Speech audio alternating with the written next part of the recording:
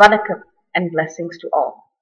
This is Dr. Bairavee Balasubramaniam, and I'm going to be speaking to you today about two important astrological transits that just occurred, namely the Sun squared Chiron and also Venus trine Pluto retrograde. I have written two fairly long posts on both of these aspects on my Facebook page, and I will provide the link below so that you can check it out for a deeper analysis of what these truly mean.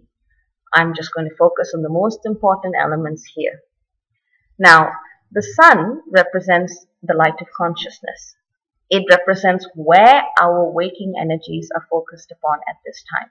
It also has great bearing upon the vital energies in our life force and how it circulates through our body. Chiron is the wounded healer.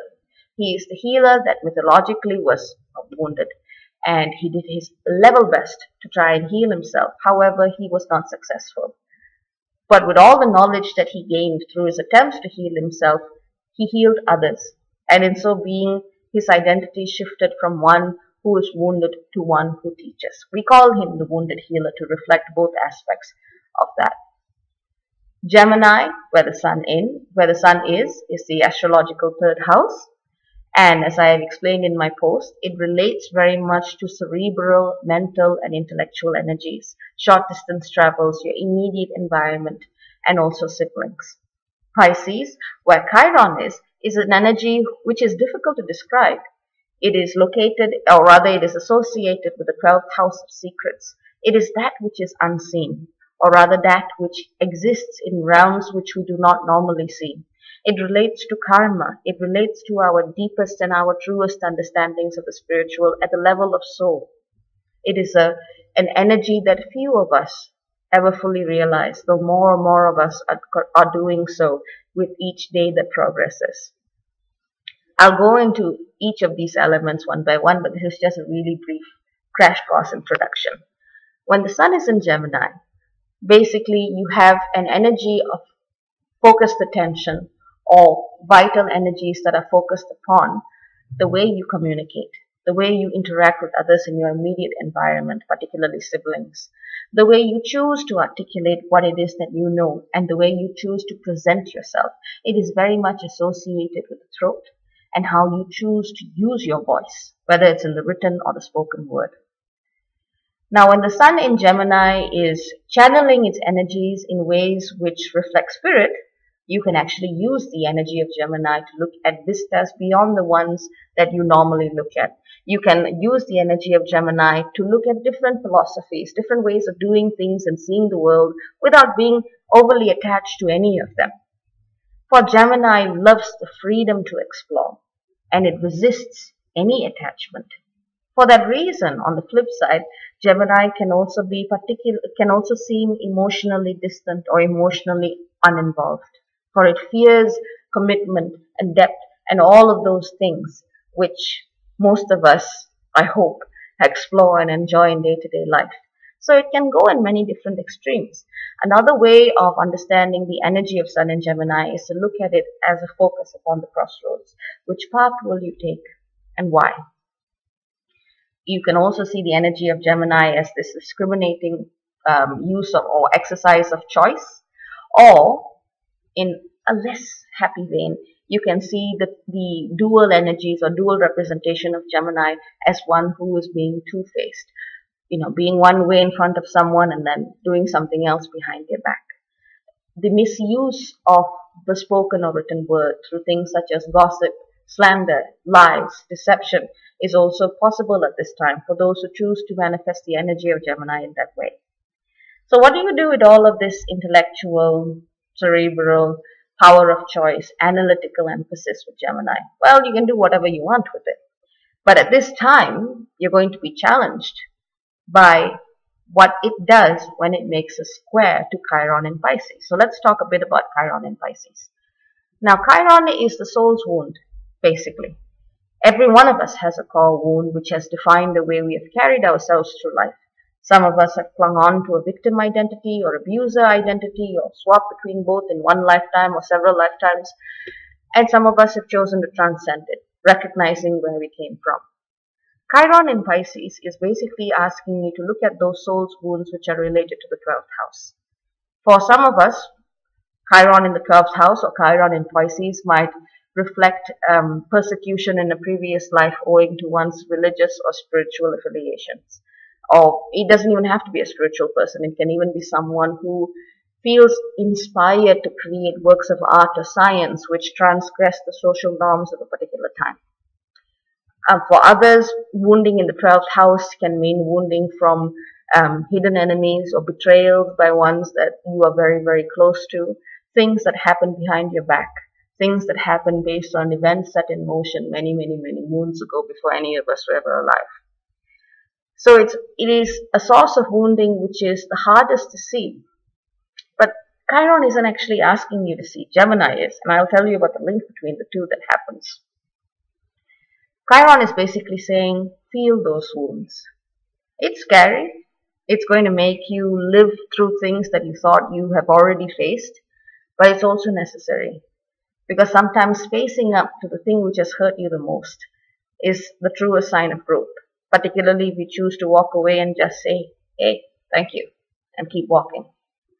Now, evolving through the soul's wounds is something that I could talk about for a while, and so could a lot of other spiritual people, because it is a journey that many of us are taking in at this time.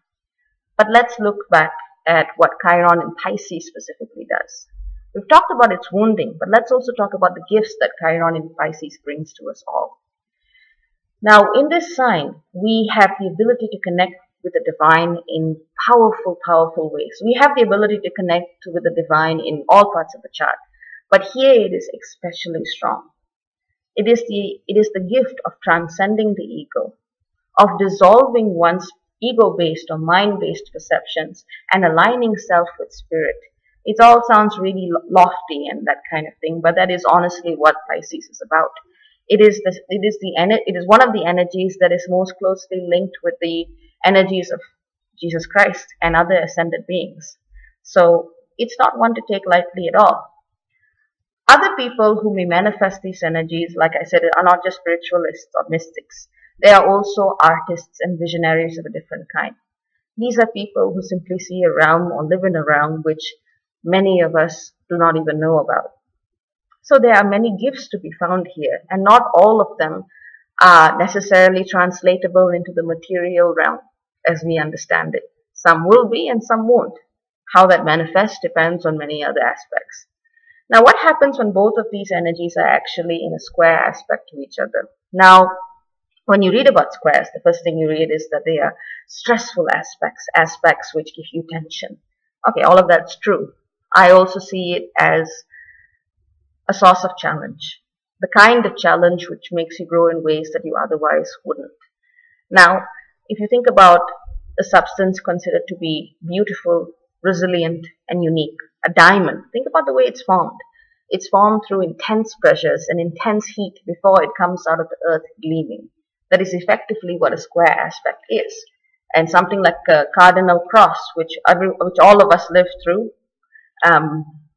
in late April. Basically, if you think about that, that's 4 squares connected to each other in the shape of a box. And that is effectively what I would call a very, very intense aspect. A single square is still pretty intense, but most of us have seen, I wouldn't say worse, but have just faced something a lot more intense. So, in fact, some of you may be feeling the Sun-Chiron square less intensely as you would have prior to the Grand Cardinal Cross. So what happens here for those of us who will be feeling it very strongly? The Sun in Gemini might look at the emotional depth that Pisces and Chiron are asking you to go to and say, I can't do this. It may try to escape and flee and use those powers of discrimination and attention to completely think about something else. To oversimplify things, as I said, there is a post describing this in a lot more detail. The energies of Pisces may try to escape in different ways, to create realms of fantasy, to project illusions, to hide oneself in another person or in other things. So there are a lot of escape strategies that either sign can do. But let's talk about what they can actually do to master the challenge of the square. Gemini, as I have said before, is the power of discriminating choice and intellect. When its ruler, Mercury, is working in reverse, Gemini also facilitates all of those powers and abilities of discrimination and intellectual and analytical faculties to be directed inward as well. So when we are faced with woundings from the past, what Gemini tells us to do, what Gemini can do for us at this time is say, stop. You're doing it again. You're responding, you're reacting, you're playing out the victim-abuser polarity or both, or identifying too strongly with one end of the pole, or identifying too strongly with the narrative of victimhood or the narrative of being wounded. So, Gemini can look at all of those things and say, oh, I don't really think I want to do this anymore. And it can exercise the power of choice. But again, that requires self-analysis, self-reflection, and it is a challenge, but it's one well worth taking. Now, very briefly, I'm going to talk about Venus trine Pluto. Now, Venus, as many of us know, is associated with the way we are attached to and experience the material world, to put it in short. Pluto, on the other hand, is one of the most intense planets. It is the planet of transformation, but facilitated through subsequent crisis. And again, not something to be feared, but also it can be particularly painful if you resist its lessons. I don't mean to scare anyone off, but that's just the way Pluto works. I mean, whenever Pluto makes a particularly strong transit through the sky, we see generational changes. Right now, most of us actually all of us are experiencing the Uranus-Pluto square. And just for some context, the last time the Uranus-Pluto square was in effect was from the end of the 1920s to the middle of the 1930s. We saw this as the time of the Great Depression and the rise of Hitler Germany.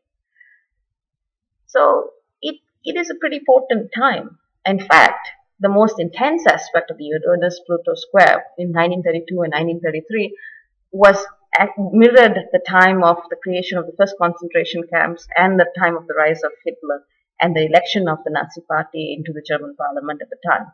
So it's not exactly an aspect that you can ignore. Now, this isn't meant to put anyone off or scare anyone or be apologetic for anything. It's a sensitive subject, but it is the truth. Pluto and Uranus are now once again in the square, and they have been for a while. And so what Pluto teaches us at this time, in fact, any aspect of Pluto will also feed into that square. Now, I will do a separate post speaking about the Pluto-Uranus square, and that will take a while to explain. But let's just talk really briefly of what Pluto is doing in Capricorn. Capricorn is basically the superego construct. It is our society's understanding of what success is. What is desirable, what is achievement, what is accomplishment, what is the legacy that we build. Are we the architects of the world of the future, or are we going to simply destroy it from the present, in the present? That is basically the kind of thinking that Capricorn has. And Capricorn likes to build. Even if it doesn't enjoy the fruits of its labor, it will still build something for later generations. What it builds, on the other hand, is dependent again on choice. Now, with Pluto and Capricorn, as a generation, we're going to be thinking about our systems of governance, our structures of authority. We're going to be thinking about why the world is structured in a certain way and not a different way. Why are some people successful, so-called success? Why are some people not? How is power structured in a way that does not allow us to be more equitable or to be fairer? And we have already seen a lot of recent uprisings, individual level protests and individual choices to actually break out of a lifestyle that values the status quo as it has been for the past couple of 100 years. So this is what Pluto and Capricorn is pushing us towards. It is asking us to think, what am I trying to achieve? Now, Venus knows how to attract things. It knows how to get what it wants, particularly in Taurus. Pluto knows how to attract things in a different way. It is magnetic. Things are attracted to Pluto, whereas Venus attracts.